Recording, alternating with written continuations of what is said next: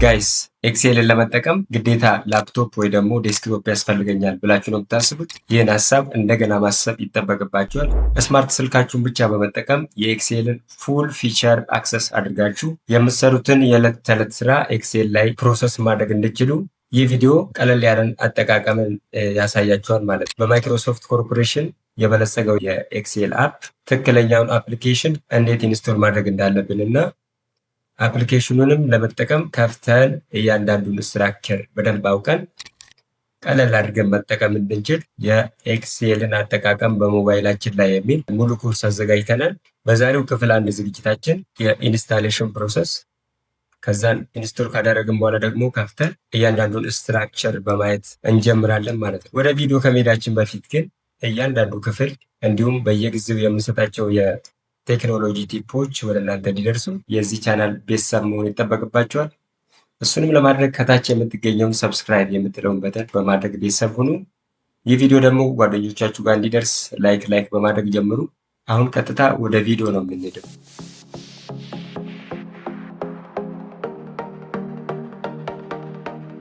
እሺ በመጀመሪያ እንግዲህ አንድሮይድ ስልካችን ላይ የትኛውን አፕ ብንጠቀም ልክ ላፕቶፕ ላይ እንደምንጠቀመው የኤክሴልን ፉል ፊቸር ሊያቀርብልን ይችላል ብለን ስናይ ራሱኑ ኤክሴል የሚለውን በማይክሮሶፍት ካምፓኒ ዲቨሎፕ የተደረገውን ብንጠቀም የተሻለ የሚሆነው ማለት ነው። እሱን ለማግኘት እዚህ ወደ ፕሌይ ስቶር እንገባና ከዛን እዚህ ሰርች የምትለው ቦታ ላይ ኤክሴል ብለን እንጽፋለን። ኤክሴል ብለን ጽፈን ሰርች ስናደርግ እንደምታዩት ማይክሮሶፍት ኤክሴል የምትለው እችኛዋ ስፕሬድሺትስ የምትለው አለች። እሷን ኢንስቶል ታደርጋላችሁ። እኔ ኦልሬዲ ኢንስቶል ስላደረኩት እዚሁ ጋር ኦፕን እንለዋለን ማለት ነው። ስለዚህ እቺን ኦፕን የምትለውን አንዴ ክሊክ እናደርጋለን። እንደምታዩት እዚህኛው ፔጅ ላይ ከዚህ በፊት ስለሰራውበት እዚህ ጋር ሪሰንት የሚለው ላይ እንዲ ዲስፕሌይ ይሆናሉ፣ በቅርብ የሰራዋቸው።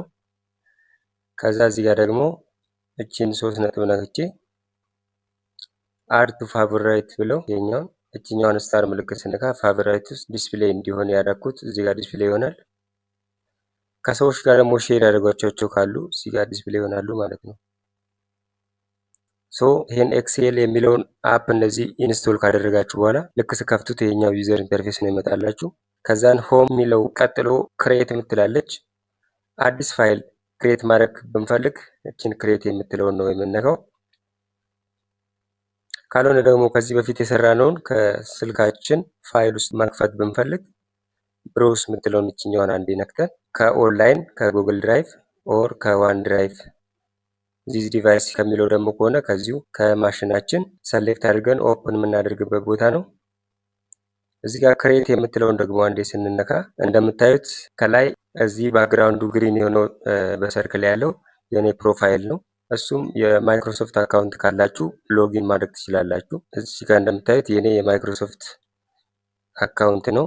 ልክ ሬጂስተር ስታደርጉ ባይ ዲፎልት 5 ጂቢ ፍሪ ስፔስ ይሰጣችኋል። እሱን ስፔስ በመጠቀም ፋይላችሁን ስቶር ማድረግ ትችላላችሁ ማለት ነው። ኦኬ እንደዚህ አካውንት ክሬት ካደረጋችሁ በኋላ ልክ ፋይል ክሬት በምታደርጉበት ሰዓት እዚህ ጋር ክሬት ኢን የሚል አለ።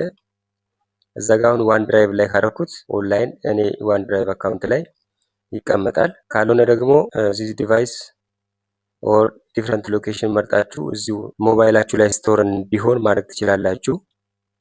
ከዛ ውጪ እዚህ ጋር ባዶ ወርክ ቡክ መክፈት ከፈልጋችሁ እቺን ብላንክ ወርክ ቡክ ትከፍታላችሁ።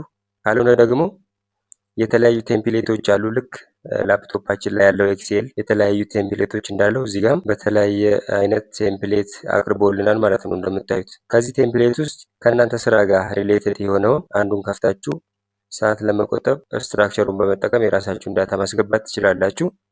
ከዛ ውጪ ግን በአዲስ ባዶ ወርክቡክ መክፈት ከፈለጋችሁ እችን ብላንክ ወርክቡክ ብላችሁ አንዴ ክሊክ ታደርጋላችሁ። እንደዚህ ባዶ የኤክሴል ሺት ይሰጣችኋል ማለት ነው።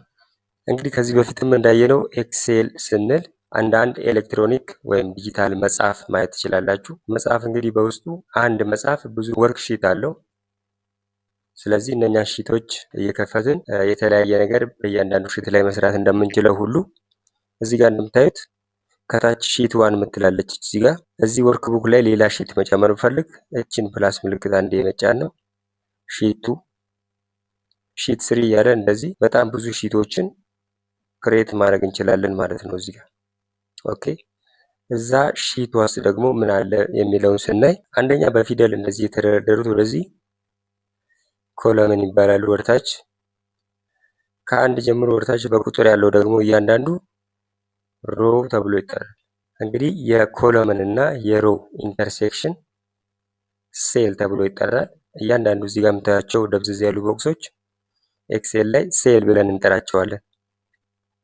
ኦኬ ከረንትሊ እየሰራንበት ያለው ሴል ደግሞ ለምሳሌ እዚህ ጋር ክሊክ ባደርግ በግሪን አውትላይን እንደዚህ ተከቦ ታገኙታላችሁ። እሱ ከረንትሊ እየሰራንበት ያለው የኤክሴል ሴል ነው ብለን እንጠራለን ማለት ነው። እንግዲህ ከዚህም በተጨማሪ ኤክሴል ሄደሩ ላይ ከላይ አይታችሁ ከሆነ አሁን ክሬት ያደረግነው ፋይል ስም ቡክ በቅንፍ ውስጥ 3 ይላል። ቀጣይ ደግሞ ሴቭ ሳደርግ ቡክ 4 እያለ ባይ ዲፎልት ስም ይሰጠዋል ማለት ነው። ይህን ስም የራሳችሁን ስፔሲፊክ ስም ለመስጠት እዛው ቡክ 3 የምትለዋን እችን አንዴ ክሊክ እናደርጋለን። ከዛ የፈለግነውን ስም መስጠት እንችላለን ማለት ነው። ስፔሲፊክ ስም እንደዚህ ትጽፉና እንደዚህ ክሊክ ታደርጉታላችሁ። በዛው ስም ሴቭ ያደርግላችኋል ማለት ነው። ወደታች ጠጋ ብለን ስናይ ደግሞ እዚህ ጋር እችኛዋን ምልክት ስነካ ልክ ኤክሴል ፒሲያችን ላይ ያለውን ሜኑ እንደዚህ ያመጣልናል ማለት ነው። እዚህ ጋር እንግዲህ ሁለት ቀስቶች ያሉበት ቦታ ሆም የሚለውን አንድ ክሊክ ስናደርግ እንደምታዩት ታቦች እዚህ ጋር አሉን። ሆም ታብ አለ፣ ኢንሰርት፣ ድሮ፣ ፎርሙላስ፣ ዳታ እያለ እነኚህን ታቦች አሉ ማለት ነው። እያንዳንዱ ታብ ላይ ክሊክ ስናደርግ የራሳቸው ሪበን እንደዚህ እላቸው ላይ አለ ማለት ነው። ሶ ለምሳሌ ቪው የሚለው ሪበን ላይ ስነካ የራሱን የቻለ ሪበን አለው። ሆም ላይ ስመለስ እንደዛው ላፕቶፕ ላይ ያለው ኤክሴል ያለውን ፊቸር በሙሉ እዚህ ጋር ማግኘት ትችላላችሁ። እንደውም ተጨማሪ ለምሳሌ ኢንሰርት ላይ ስንመጣ ቼክ ቦክስ ለምሳሌ ኤክሴል ላይ በላፕቶፓችን ስንጠቀም ቼክ ቦክስ የለም ማለት ነው አብዛኛው ፊቸር ላይ። እዚህ ላይ ግን ቼክ ቦክስን እንደዚህ መጠቀም ትችላላችሁ። ሶ እያንዳንዱን ፊቸር እንደዚህ ይዞ አለ ማለት ነው። ሌላው አንዱና ሪዱ ማድረግ እንችላለን። እዚህ ጋር ለምሳሌ እችን አንዱን ስነካ አሁን ከረንት ላይ የሰራሁትን ስራ አንዱ ያደርግልኛል። ከሰዎች ጋር ሼር ማድረግ ትችላላችሁ የምትሰሩትን ስራ። እንዲሁም እዚች 3 ነጥብ ላይ አንዴ ክሊክ ስናደርግ ሴቭ አስ ማድረግ እንችላለን። እንዲሁም ፕሪንት ማድረግ እንችላለን። እዚህ ጋር እንደምታዩት ኦኬ የተለያዩ ኦፕሽኖችን የፕሪንት ኦፕሽኖችን እንደዚህ ይመርጥላችኋል። ለምሳሌ የሆነ ነገር እዚህ ጋር ጽፈን እዚህ ጋር መተን ፕሪንት ብንለው አክቲቭ ሺት ምናምን እሺ ፕሪንት እንበለው። እንደምታዩት ፕሪንት ለማድረግ እነኚህ ጽሁፎች እያሳየ ነምበር ኦፍ ኮፒስ 1 ፔፐር ሳይዝ ያስመርጠኛል። እዚህ ጋር ከለር ኦሪንቴሽን ምናምን የሚሉት እናንተ ታስተካክላላችሁ።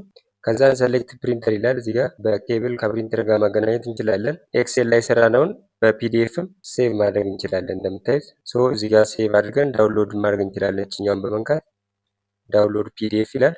ፒዲኤፉ እንደዚህ ዳውንሎድ አድርገንም መጠቀም እንችላለን ማለት ነው።